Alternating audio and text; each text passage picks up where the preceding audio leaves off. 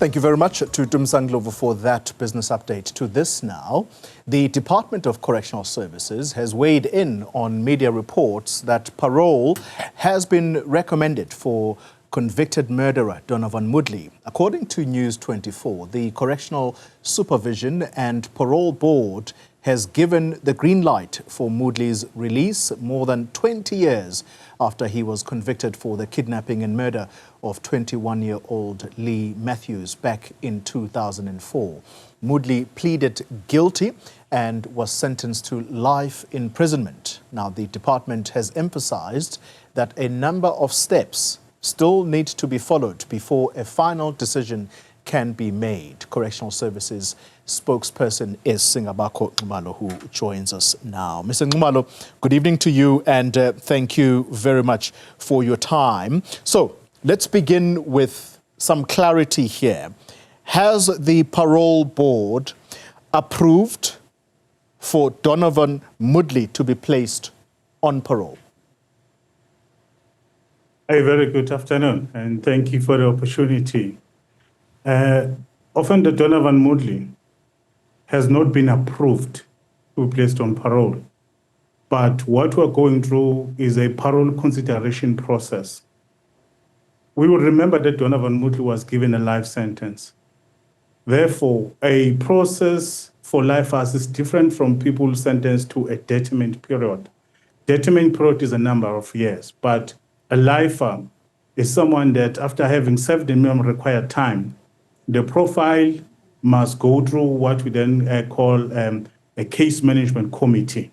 From there, it moves to Correctional Supervision and Parole Board. From the board, it then goes to the National Council for Correctional Services, who eventually will then make a recommendation to the minister to make a decision. So we are not even halfway through the process. It's unfortunate that those who were part of the process today were quick to make that pronouncement, and that is prematurely, because we are not at a stage where we can then say this is a decision, because we are not at the decision-making process as yet. All right. As you mentioned, there are steps that ought to be taken here. And based on what I understand, the family of the victim has got to be consulted here.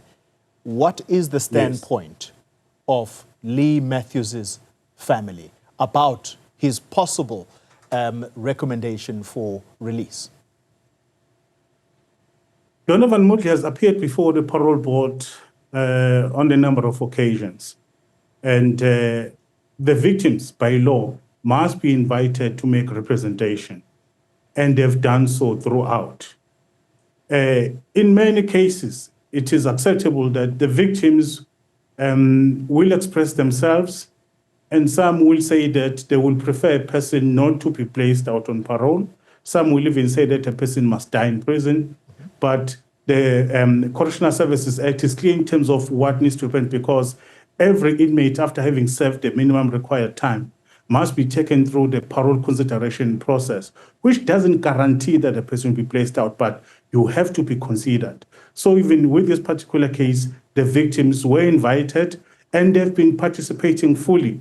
And they will even be kept informed in terms of where the process is, because from the, as I've said, from the Parole Board, it will now move to the National Council for Correctional Services, all the way until the minister makes his decision. Even at that particular point, the victims will still be informed before everyone else in terms of what has happened and the decision being taken, whether a person is placed out on parole or is recommended perhaps to undergo other programs. And I'm glad you mentioned this, that the family of the victim is almost front and center of this process. But is there a time when their opinion, their feeling, which will probably say, and I'm merely saying hypothetically now, that the person must die in prison because they have shown no remorse, they are pathological liars, which is what Donovan Moodley was actually labeled at some point. Would there come a time when that family's standpoint no longer counts, and therefore it is left to the prison authorities to make a call? Okay, there is a collage of variables that gets to be looked into. It starts from the day a person is admitted in a correctional facility, because an offender gets to be assessed. Out of that process, which takes about 21 days, we then put together what we call a correctional sentence plan, which is in a way a journey that an offender will travel through.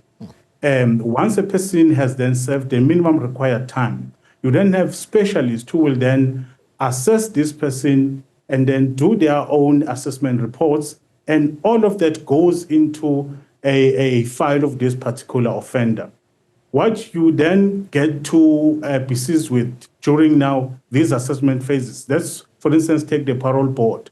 They will then go through everything that is there, including representation by the victims here, in saying that this is our take, this is our view, but they have to look at everything before they make their recommendation. And then the process moves like that. So at no point you will then find a situation where a responsible structure will say, we will pretend that these other assessments do not matter, we're going with this one. They've got to look at everything in its entirety, because at the end of the day, the mandate of correctional services is to correct the offending behavior, take an inmate through rehabilitation processes, and prepare that person for life post-incarceration. But a person must be deemed to be fit and ready for such. And an offender ought to understand that parole is not right, but you earn it.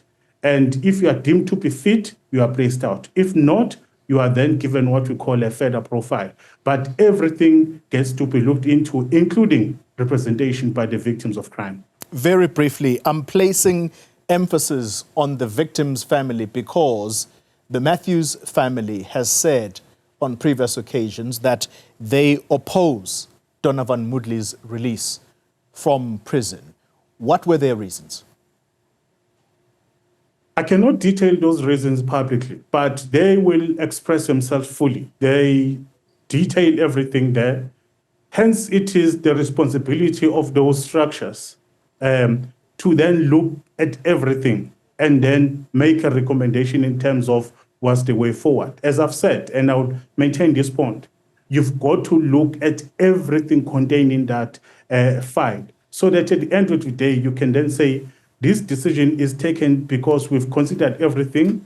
And if, let's say, a person should be placed out, and they say, these are the risks that we've identified, and these are mitigating factors that could be used or could be adopted when a person is out, in terms of making a point that the placement conditions are then put into that. Or if they say perhaps the risk is much greater, therefore a person will not be placed out, and they will even detail programs that must then be recommended as intervening factors in assisting the person, so that perhaps one day that person will be fit to be placed out. But as a department, the structures that are there are therefore a specific reason to make it a point that a person that gets to be placed out at least has satisfied all those processes.